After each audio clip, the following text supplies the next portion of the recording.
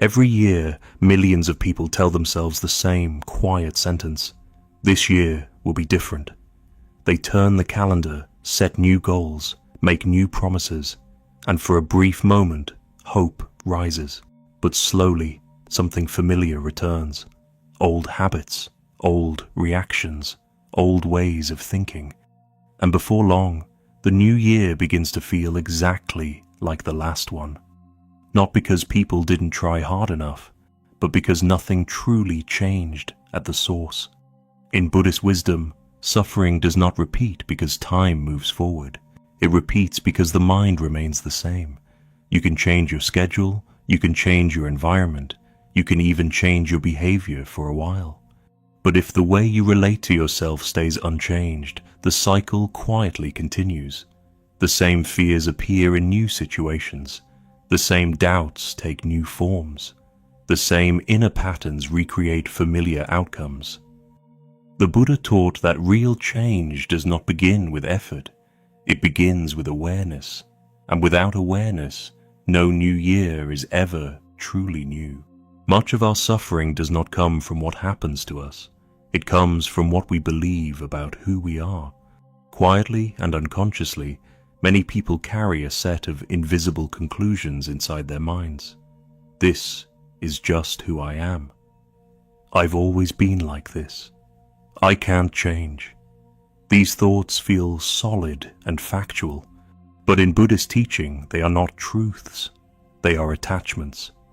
When a thought arises and says, I am impatient or I am not disciplined, the mind does not treat it as a passing experience. It turns it into an identity, and once a limitation becomes identity, it stops being questioned, it stops being observed, it becomes defended. The Buddha taught that this attachment to a fixed sense of self is a primary source of suffering. You are not your thoughts, you are not your habits, you are not the stories you repeat about yourself. These are mental events, conditions that arise and pass. The moment you confuse a passing thought with who you are, suffering deepens. Every challenge feels personal, every mistake feels permanent, every failure feels like proof. When you believe your limitations are you, change becomes impossible. One of the most misunderstood teachings in Buddhism is impermanence. Many people hear this idea and think only of loss, aging, or things ending. But impermanence is not a warning, it is an opening. The Buddha taught that nothing in you is fixed.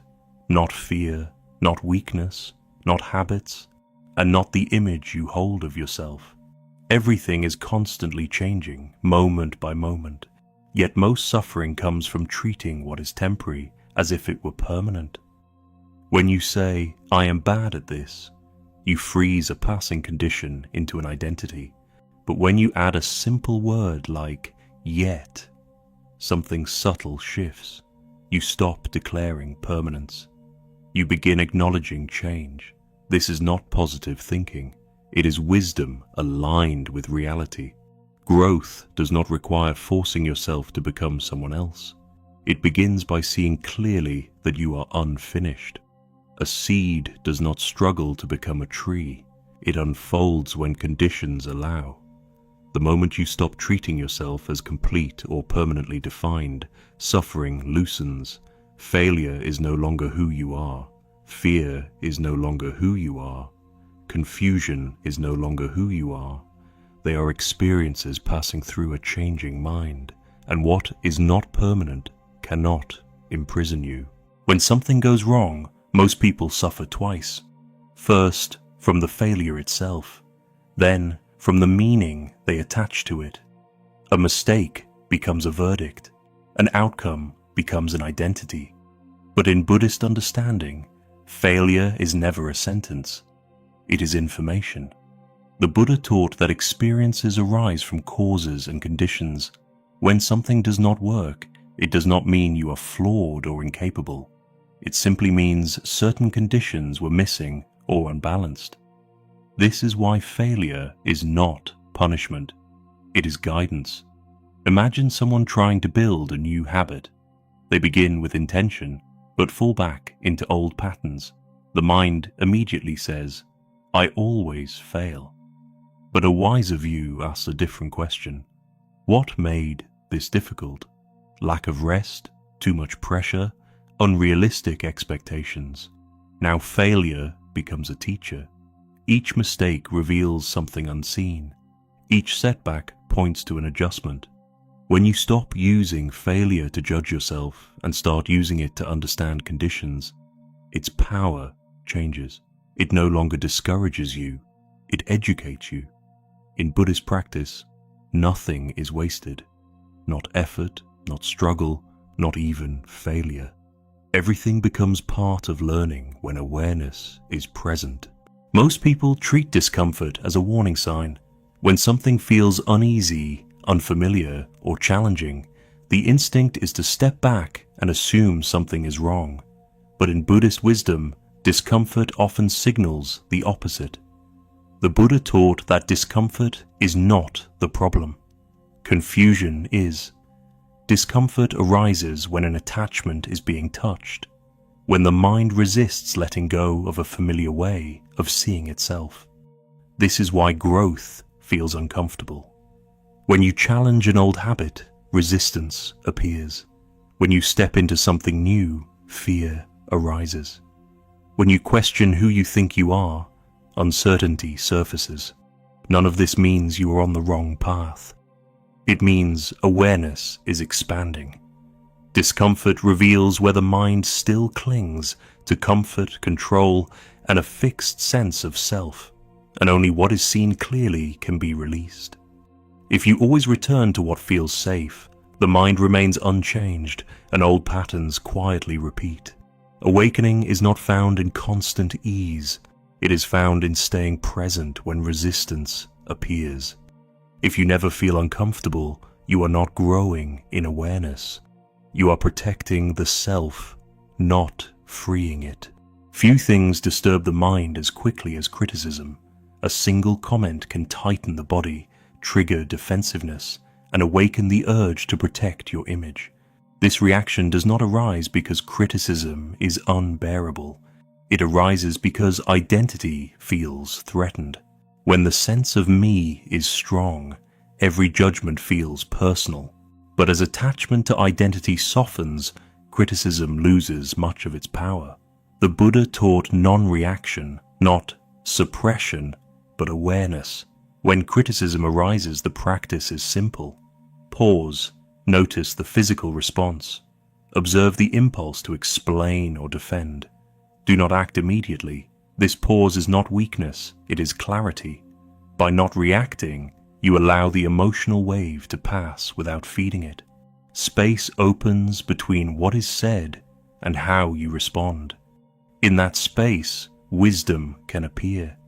Sometimes there is something useful to learn, sometimes there is not. Non-reaction does not mean silence forever. It means responding without ego. When the need to protect a fixed image fades, criticism becomes information instead of a threat. And when identity loosens, the mind becomes lighter and freer. One of the quiet traps on the path of growth is the demand for visible results. The mind wants evidence. It wants to see change clearly, quickly, and in a form that can be measured. And when that evidence does not appear, discouragement slowly takes root. But in Buddhist practice, real progress is often invisible. Deep change happens beneath the surface, long before it becomes obvious. Like roots growing in darkness before a tree appears, inner transformation matures quietly. The ego, however, is impatient. It looks for dramatic proof and immediate confirmation. This is how perfection becomes a trap. When you only value progress that looks complete, you dismiss everything that is still unfolding. Effort is overlooked, consistency is ignored, and the path is abandoned because it does not yet resemble the destination. The Buddha taught that the path is walked without clinging to outcomes, not because outcomes are meaningless, but because attachment to them creates suffering. A simple shift can change your relationship with progress. Instead of tracking achievements, practice reflection. Once a week, pause pause and ask, where did I act with greater awareness? Where did I choose presence over habit? Where did I respond with clarity instead of impulse? When wisdom becomes the measure, progress no longer needs to be loud. And when progress is honored quietly, the path becomes sustainable. If 2026 is going to be different, it does not require a dramatic plan. It requires a different relationship with the mind. Begin with something simple. Notice one sentence you often repeat about yourself. I'm not disciplined. I always give up. This isn't for me. Do not argue with it. Do not try to replace it with forced positivity. Simply recognize it as a thought. Then gently loosen it. Not permanent, not fixed, not finished. Next, take one small action aligned with awareness. Not to prove change, not to fix yourself, just to move. Make it small enough that the ego finds it unimportant. 5 minutes of attention, one mindful choice, one pause before reacting. This is how practice begins in Buddhism, not through pressure, but through presence. 2026 does not begin with a perfected version of you. It begins the moment you stop fighting who you think you are and start observing instead. You don't need a new year to become different. You need a new relationship with your own mind. The Buddha once said that suffering does not end when life becomes easier. It ends when clinging ends. When you stop holding tightly to who you think you are, space appears. Space for understanding, space for patience, space for quiet change. 2026 does not begin on a calendar. It begins the moment you notice a thought without believing it, a habit without judging it, a mistake without turning it into identity. From that moment, the cycle loosens.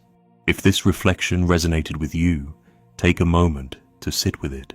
And if you feel moved, leave a comment below and share one belief you are ready to loosen.